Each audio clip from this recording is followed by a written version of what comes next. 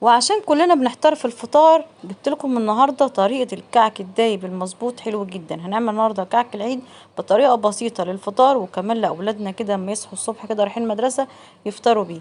جبت كده 2 كيلو من الدقيق، عليهم كده 10 معالق من السكر، بس يا ريت تدوب السكر الأول في المية أو في الحليب اللي هتحطيه.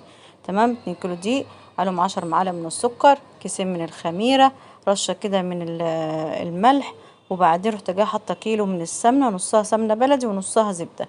هبدا ابس كده العجينه شويه كده لحد ما تبقى دايبه كده معانا. ده تبس فيها يجي تلت ساعه نص ساعه. بعد كده بروح جايه حاطه كوبايه ميه وكوبايه من الحليب. بعد كده بروح جايه عجنها بقلبها بس ما تعجنيش كتير، مجرد ما يختفي الحليب والميه تبطل عجن فورا.